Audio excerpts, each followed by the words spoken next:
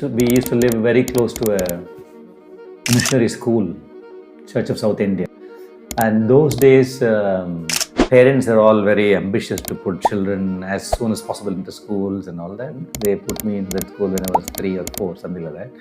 Few things are very interesting. Still memory, Thursdays, afternoons, people used to come from church and they used to only talk about Jesus and angels and stuff like this. Teacher telling children, believe in Jesus, get up, wake up at 12 in the midnight, kneel down and pray to Jesus, he will come in front of you.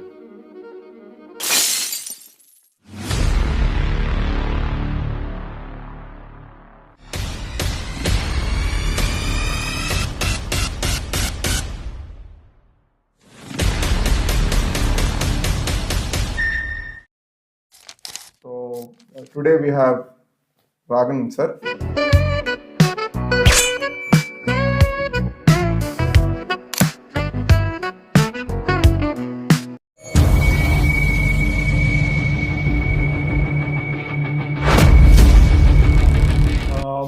So generally it is so that I used to give a small introduction about people.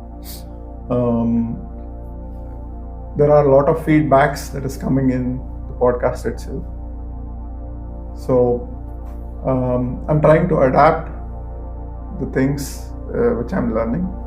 For example, this is the first segment where we are trying to ask people to introduce themselves rather than me introducing about them. Because it comes from the theme of the podcast itself. The podcast, what we are trying to do is something called as NMBK talks. This is why we call it as NMBK talks, NMBK talks, where trust really matters and there is a trust in every word we talk about. Yeah. Small introduction about yourself. So born in Chennai, now 62 years back. Then very interesting childhood in the sense the kind of experiences I had. Like we used to live very close to a missionary school, Church of South India, which is literally next door in the Adam Street. And those days, parents are all very ambitious to put children as soon as possible into schools and all that. So I think they put me into that school when I was 3 or 4, something like that. So I studied in that, I went to that school. Few things are very interesting. Still memory, Thursdays, afternoons, people used to come from church and they used to only talk about Jesus and angels and stuff like this. Very impressionable age. And I remember still the teacher, they're all nuns, teacher telling children, believe in Jesus, get up, wake up at 12 in the midnight, kneel down and pray to Jesus, he will come in front of you. I still remember those words and I believed in it. Those days, of course, we used to sleep on the floor with a mat and no fancy cots. So big wall clock and exactly at 12 it rings. And I used to get up and then nobody's watching. I will kneel down and pray. Still around 4 years old. Really praying to really wanting to see Jesus. And I had a classmate, Samuel, I still remember his name. He used to invite me to his house on Sundays for breakfast where they pray together and then have breakfast. I joined them for breakfast. So at that young age, you just believe, NMBK, right? You just believe in it. And then those days there is no big entertainment, no television. Television was not there, right? In the mid-60s. And the only entertainment is when people come home, maybe people, visitors, or relatives, they talk and children will only sit and listen to them. After some time, parents will shoo you away. Don't waste your time. In some conversation, somebody came and some conversation happened and then they mentioned something about Muruga.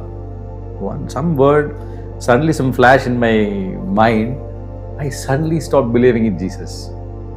I said, what was I doing all this time? So, just giving an example of how interestingly I was into it, and suddenly in a flash of a second, I don't know what happened. I only remember that word Murugan and somebody was saying something. From that moment, I forgot everything about Jesus. So, started with interesting stuff like this. Then childhood, school days, I remember mostly because in schools I was into scouts. So I remember more about scouts than classroom. I was so deep into it. 6 years, camps and many other interesting stuff. And then we moved locations and went to different schools. Then from the 7th standard, I went to Ramakrishna Mission School. And we were living still in Mylapore. And that was also quite transformative, Ramakrishna Mission School. That somehow introduced me to Ramakrishna Mission. So in Mylapore, you have a very big mission, Ramakrishna Mutt there. Somehow I started going there. So evenings, instead of playing in the ground, I used to play cricket. But after that, I used to go to Ramakrishna Mutt and spent a lot of time. Then became almost part of them. At one point, I considered becoming a sannyasi, meaning following their path. In the Ramakrishna Mission. I understood how long it takes. You were in the hostel? No. I was at home, but I was spending most of my time in the Ramakrishna Mission. We became, I was kind of part of it in the sense I used to be in the shrine, as they call, so cleaning and getting ready for the puja, helping them, or in the kitchen cutting vegetables. I used to have regular annadhanam and all that, busy in the Ramakrishna Mission. I used to ask them, what's the process? They said 10 years you have to be called as a brahmachari, you'll wear white, wear dhoti. After 10 years you'll become a swami, and then you can go anywhere and stuff like this. You can get transferred. So I was mentally preparing myself, and I used to sit in their library, and maybe those were impressions. I exactly remember things, but I remember this aspect of being in the Ramakrishna Mission and spending most of my time there. So much so my parents got worried about at some point that this could happen. So excepting for this part, schooling was not more, let's say, nothing else I remember about schooling. I remember more about this part of my school, either Scouts or Ramakrishna Mission. By the way, I studied in Tamil medium till such time. Yeah? So then I joined, those days you have 11 years of schooling, then pre-university and then the college. And in the college, again because of my Scouts background, then I joined NCC, the National Cadet Corps. I was so much into NCC, so I ended up as an under officer after 3 years. Very proud to have the double stripe and the cross belt. We passed C certificate examination. I was actually telling somebody, I met some friends, family. He's currently a colonel. I was telling him I was C certificate officer in NCC, and oh, you could have walked into NDA and they would have taken you. I said, yeah, I was about to join. That's another. I didn't finally join. College days, mostly the stuff about NCC, very interesting days. Lots of interesting experience. We had a cycle expedition from Chennai to Mysore, Madras to Mysore and back, 1,100 kilometers, and some simple cycle. Yeah, no fancy gears, nothing. Philips Hercules cycle. And that was those things I remember very well. And firing in the ranges with rifle, and got elevated to fire a LMG, stuff like this. So mostly it was Scouts and NCC shaped my thinking. And also the discipline. Yeah. Because we used to, every week we had parades. I learned bayonet fighting. I attended Republic Day parades. I was selected to attend advanced leadership course. They take about 9 cadets from each state, and they all go. So that time we went to Ranchi Namkum was a place where there was a big ammunition dump, a military camp. It was a 21-day camp. They were handed over to a military unit there, that we learned a lot of things. And of course, in scouts and here, we learned to live in tents, right? We had to do night sentries. During college, it was okay, but during school days, remember, you are at that age, you have to actually go around the tents from the behind sentry, 2 hours of sentry with a lantern and a whistle in your hand. That's all you had, and you have to really walk through in the forest and stuff like that. So these are the things that I remember mostly about my young age. NCC was quite a impactful experience that I had. Lots of interaction with the military guys. Major used to come to the college and stuff like this. This advanced leadership course, the 21 days, was also kind of life-changing, in the sense, the impressions and all of that. You learned a lot in that period. So this is what I remember mostly about college. I studied commerce, then finished. Then that was 1980. Then I said I will take up any job, whatever comes. I was very, very impatient. My first job was a telephone operator in a hotel. So me and my friend, we said, why waste time? Let's go and do something till we get a regular job. I remember Hotel Swati or something. Swati in Chennai. They had advertised, need telephone operators. And we were there for two or 3 weeks. I remember seeing the big telephone exchange board. Those days, the exchange board, those plugs, you have to plug in and then answer and transfer the call. Somebody from the room will call, hey, book me a trunk call, and you have to book trunk call and give it to them. 2 weeks, but very interesting experience. Then I actually joined a company which those days, of course, India was importing a lot of steel and all that. So it was a private limited company.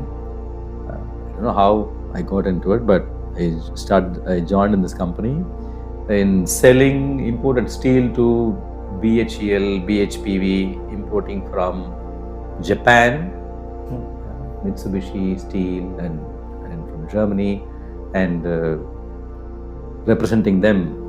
So, and then came one day an advertisement in Siemens in India. Then my dad told me, hey, there's an ad, apply for it. I said, okay, I'm in a good job. I still applied because he forced me to apply. And then they had a very interesting process. Those days, some 100 people applied and they had a written test. Then they announced in the afternoon, next round of interview. Then 30 people went into interviews. Then they had a psychometric analytic test. Some 20 people made it to that round. I had to fill up a 45-page answer sheet.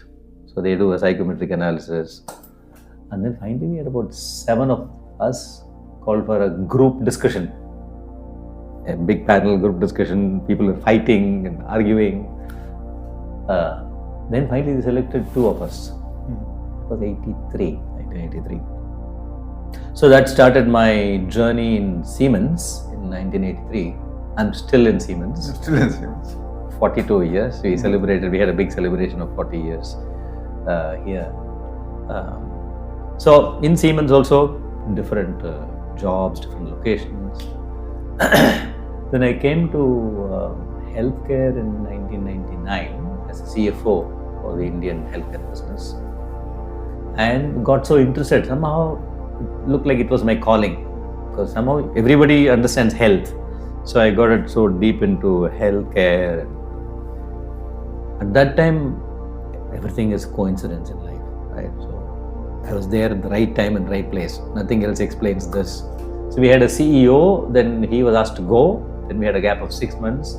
Then these guys in Germany said, okay, till we hire a new CEO, you take care of business. I said, okay, I take care of business. Then they hired a new CEO. He survived only 1.5 years. So, and he depended on me because I was ready. Then another gap of 6 months, he said, okay, fill in the interim. Then came one more CEO from Germany. Then in 2004, he moved to Singapore. By then I was pretty deep into business, the business aspect, but also healthcare aspect, understanding Indian healthcare system, visiting along with them to all the hospitals, CEO conversation. And in 2004, I remember in a flight from Delhi to Bombay, we were coming back and the board member from here was also in the same flight, traveling together. Then he said, "Hey Raghavan, would you like to run the business on a permanent basis?" I said, "Yeah, why not?" And that's how that's the interview process in the flight, 30,000 feet above. Then in 2004, I started as the CEO of healthcare in India. Of course, meanwhile, many other things happened in personal life. 91, I got married. That's a very interesting story, how I got married. Depending on time. Until unless if it is not a typical arranged marriage, I would love to actually go also inside that. It is arranged and not. Okay. Yeah. So, typical horoscopes flying around everywhere and my parents looking. I was at that time in Bombay for a short assignment, for a 1-year assignment. Then one day my mother called me, "Hey, we met a girl and the girl and parents were living in Dhanbad, but they are from South India, and they said apparently they had come to Chennai for some marriage ceremony in their house, and some that introduction was also interesting. My colleague had a friend and she mentioned this to somebody, and then they said, "Okay, there's a girl, would you like to?" So my parents went and met Uma, who's now the wife, in their house. And then my mother said, "Hey, we went and met and we are happy. We want you to go and have a chat or look." I said, "Where are they?" "They're in Dhanbad." I said, "Okay, how do I go?" "I don't know. We give you the address, you see when you can go. There's no fixed time." Then I think it was Republic Day or Independence Day, August, Independence Day. That time we had a vacation in Bombay, and I had a colleague those days who was working in the railway signaling business. He had contacts. Getting tickets are not easy. Then I told him, "Hey Rajshekhar, I have to go to Dhanbad. Can you organize tickets?" He said, yeah, no problem. Then it was a Friday, I took the train. First time to Dhanbad, I landed. I didn't know where to stay, so I took a room in the railway station and stayed there. And Saturday I reached there, and Sunday morning I had just the address. Then I came down from the railway station and how was it? You knocked the door and then and auto rickshaw. So I said, "Okay, go to Steel Colony." He said, "Okay, sit." Then he auto fellow moved a little bit to his right and said, "Sit next to me." I said, "Okay." And he was waiting. Another 10 people sat on the auto. It's a share auto. First time, never used share auto. But some 10-12 people in the auto. Then he went and dropped to the colony gate in Steel Colony, and then I said, "Where's the number?" It was 11 o'clock, Sunday. Well, you had an appointment before, no. Or is it just no. for them it's also a surprise? Yeah. No calls, nothing. So I just landed. Then I knocked on the door at 11 o'clock. I hear some television, I think Ramayanam or something is going on. And then her father opened the door. Somehow they've seen my photograph, obviously, they've exchanged photographs. Then he opened and closed immediately. Get ready. He opened the door and then he closed for a brief second and he shouted, "Hey, அந்த பையன் வந்திருக்கா." Then for a couple of minutes I had to wait there till they make the room ready for. Then first impression. Then I went in. They said, "Okay, sit, drink some water and all that." They didn't expect me to come. And then I still remember Uma walking in from the kitchen side on a yellow saree, saree color. Then that's how I met, and we sat and talked. Was it also allowed to go separately and talk? I think,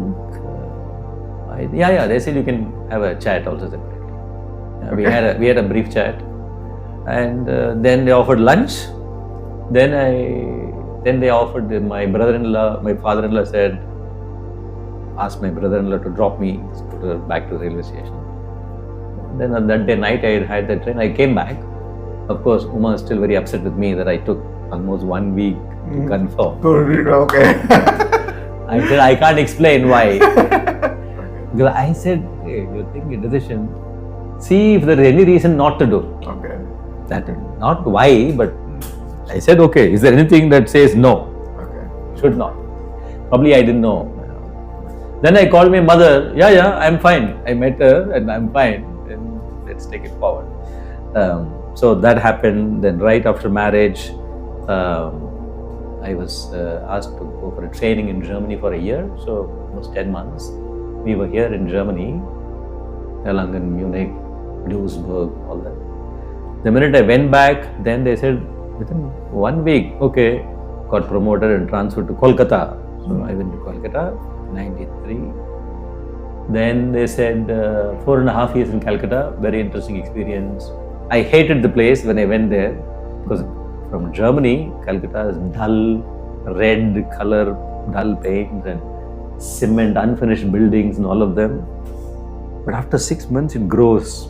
The whole city, the people made all the difference. Amazing people. Great colleagues in the office, also neighbors. 4.5 years, and then you stayed in Kolkata. In Kolkata, 4.5 years. Great time. Then they said next round of promotion. They said go to Nashik, factory. We had a factory in Nashik. So some 1.5 years. That was also very interesting time. We had some very interesting. That factory was reporting unexplained profits for a long time, and nobody understood what's going on. They just kept reporting profits. Then they asked me to dig a little deeper. I mean, that person's name. The CFO in the company was Mr. Neuberger. He was actually eventually Siemens AG CFO. From India, he came here. He said, "Hey Raghavan, can you dig deeper?" Then we dug. I tried to understand. Finally, I understood. It was faking a lot of things, faking top line just to show profits. But anyway, so those days with a lot of trepidation, I said, "Hey Neuberger, I found it." The first name is Joachim. "Hey Joachim, I found it. We have to write off those days 650 million rupees. That was big money. He said, "Are you sure?" I said, "Yeah. Make it 800. We don't know. You might have underestimated. Make it 800 million. I send a note to my headquarters and we write it off. We clean up the accounts once and for all." That's how I understood how big numbers work and how conservatively you take care. Don't hide anymore once you find. So they sent me to kind of investigate what happened. Very interesting learning experience of dealing with people like Neuberger. He's a great guy, amazing guy, brilliant guy. He used to be in the office at 8 in the morning, and then he used to go around the tables and write small slips. I want this, and he was amazing guy. Learned a lot from this guy. And then Calcutta to Nashik for 2 years, 1.5 years. Very good experience in Nashik. That's where our twins, whom are considered twins, in Nashik. And then they said, okay, now next round of promotion. I came to Bombay to our industry business. 2 years, and then at that time, Wolfgang Kroll, he called me and said, "Hey, we have some problem in medical division and we need some good people to look at the business deeply." We were in trouble at that time. So the first 6-7 years there, it was a turnaround case for us. It was making losses. I remember in 2002, we did a Gallup poll with about 1,600 customers, interviews. They conducted interviews with 1,600 customers. We had a net promoter score of -30. And they gave us about 200 points of action items to be done. Our after-sales service sucked. People had no trust. Many things. And then from 2003 till 2007, it was pure turnaround. A lot of interesting work, great colleagues, great team. And that's when I used to have lots of interaction with customers. And that's when they also developed trust. Even now, many customers call me and stuff like this. But those days, I remember our reputation was so bad. Siemens in healthcare with the after-sales service. I remember there was a Muni Shiva ashram in Gujarat, 2004. They were wanting to buy 2 linear accelerators. We were in the race, Electra and others were in the race. But then I met the trustees. And they said, "Mr. Raghavan, we understand great products, but we don't have confidence in the after-sales service. And in linear accelerator and cancer treatment, you can't afford to have 1 day of downtime, because then the whole patient throughput, meaning patient flow, gets disrupted." how do you give us confidence? I tried to explain everything. They said, yeah, but then they said, can you give us financial guarantee? And typically, when you sell something, typically you give a 10% performance bank guarantee. I said, I'll give you a performance bank guarantee. He said, it's not good enough. I said, I give you 100% performance guarantee. So something is not working. If the downtime is beyond, you get your full money refunded. Mm-hmm. You keep the linear accelerator, I return the whole money. I had no authority to do it. But when you understand customers, you want to get their trust. I said, I give you 100%. They still didn't buy. And that showed how important that aspect of the business was for them. It's not money. It's about the operation disruption for them is so important.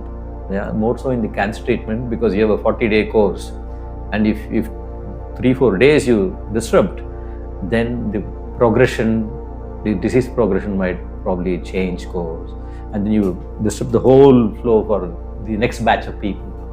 So huge learning. I learned a lot in that. It was deep learning. Those days when you turn around a business is when you really understand business. How do you win confidence back?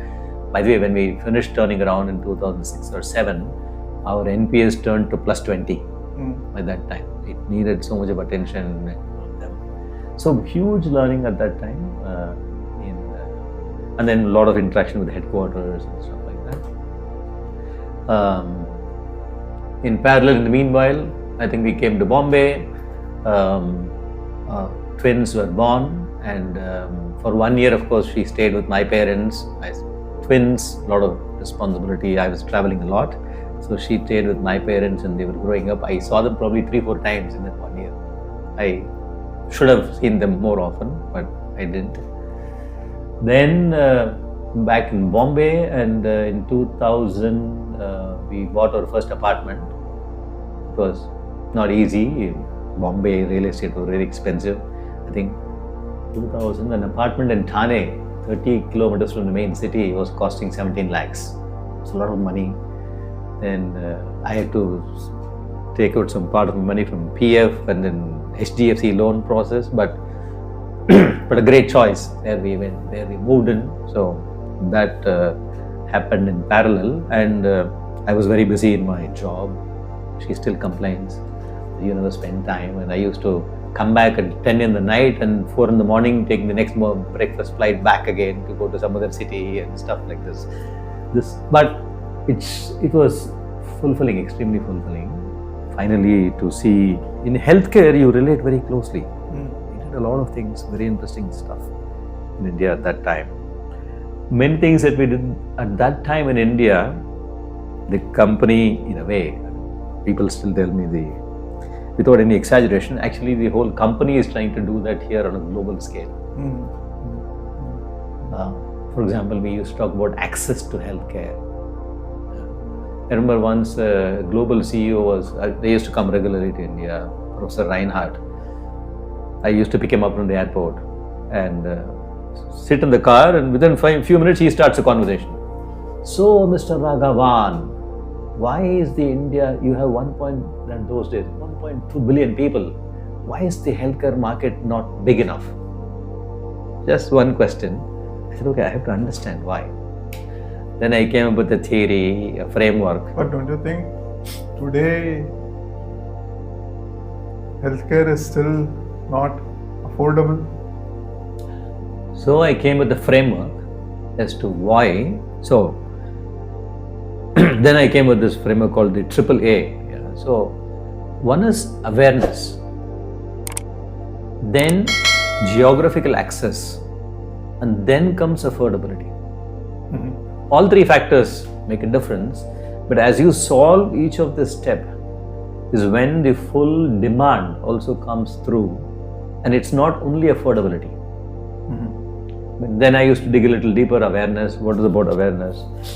Then I used to talk to students from medical colleges, not the radiologists, but MBBS doctors. Because when you're sick, you don't go to a radiologist.